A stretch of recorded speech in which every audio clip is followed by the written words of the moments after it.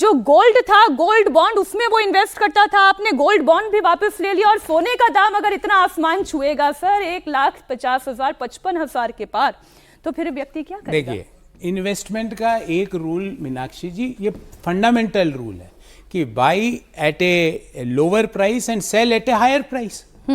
तो अब आप ये बताइए, जब आप खुद ने आपने ये डाटा बताया कि आज में इतना 13,910 14,000 रुपए मान लीजिए प्रति 10 ग्राम बढ़ गया, तो is it a good time to invest in gold? I am just asking. Investment का तो पहला रूल ही है कि सस्ते, जब भाव कम हो, जब भाव नीचे गिर रहे हो जब खरीदा जाए, और जब भाव बढ़ रहे हो तो उसका लाभ, उसका एप्रिसिएशन लिया जाए, पहली बात। दूसरी बात मीनाक्षी जी, प्रधानमंत्री जी ने ना और किसी और व्यक्ति ने ये नहीं कहा है कि गोल्ड आप नहीं खरीदो। प्रधानमंत्री जी ने कहा है 1 साल तक इस डिसीजन को पोस्टपोन कर सको तो करो।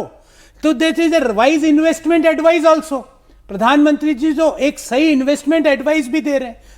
तीसरी बात, आपने कहा कि म्यूचुअल फंड, आप ये बताइए कि ये जो भाव है गोल्ड का, मार्च में भी तो ये इसी के भाव के आसपास 1,60 भी हुआ था, फरवरी में 1,60,000 भी हुआ था।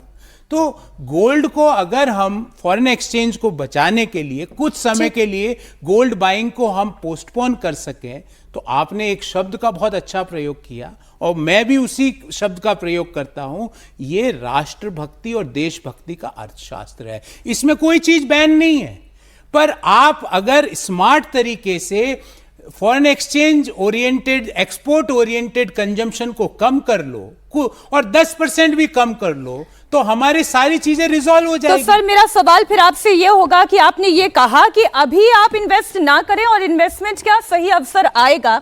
अब सवाल मन में ये आता है कि वो सही अवसर कब आएगा? आएगा जब ये जो कॉन्फ्लिक्ट, जियोपॉलिटिकल कॉन्फ्लिक्ट जैसे ही रिजॉल्व होगी मीनाक्षी जी, वो सही अवसर भी आएगा। हो सकता है, अब ये कब होगा, मैं तो चाहता हूं कल ही हो जाए, परसों ही हो जाए, पर निश्चित रूप से इसका अंत तो होना ही है। अगर हमने बड़ी से बड़ी चुनौती को मीनाक्षी जी हराया, जब दुनिया का एकमात्र बड़ा देश है जिसने कोरोना की वैक्सीनेशन को सबसे पहले खत्म किया, we are the first country in the world in the large economy जिसने वैक्सीनेशन, हमारे ऊपर लोगों ने मजाक बनाया, अरे सब्जी वाला थोड़ी यूपीआई पेमेंट एक्सेप्ट करेगा। हमने यूपीआई को रोल आउट करके दिखाया, जीएसटी को रोल आउट करके दिखाया, और इन छोटी छोटी अपीलों का क्या असर होता है मीनाक्षी जी? जब प्रधानमंत्री जी ने देश को कहा कि भाई जिसको जरूरत नहीं है वो एलपीजी सब्सिडी छोड़ें, तो करोड़ों लोगों ने छोड़ी, और जिनको जरूरत है उनको, उनके लिए उसका उपभोग किया जाए। मैं आपको पूरी जिम्मेवारी से कहता हूं 10% हम सोना और कच्चा तेल, जो लगभग 18-19 लाख करोड़ का टोटल बिल है सालाना, उसमें 10% की कटौती करेंगे, 1,90,000 करोड़ का फॉरेक्स बचा देंगे, हमारा करंट अकाउंट डेफिसिट कंट्रोल में आ जाएगा, महंगाई नहीं बढ़ेगी, इन्फ्लेशन, इंटरेस्ट रेट्स ऊपर नहीं जाएगी, और हमारी जो इकोनॉमी, जो दुनिया में सबसे तेजी से बढ़ती हुई अर्थव्यवस्था बनी हुई है, उसकी रेजिलियंस, उसकी स्ट्रेंथ बनी हुई रहेगी।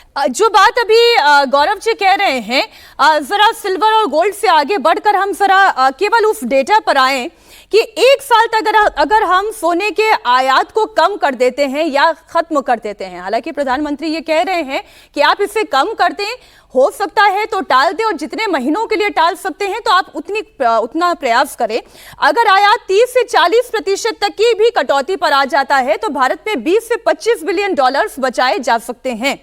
अगर हम सोने के आयात में 50% तक की कटौती करते हैं तो 36 बिलियन डॉलर्स की बचत हो सकती है।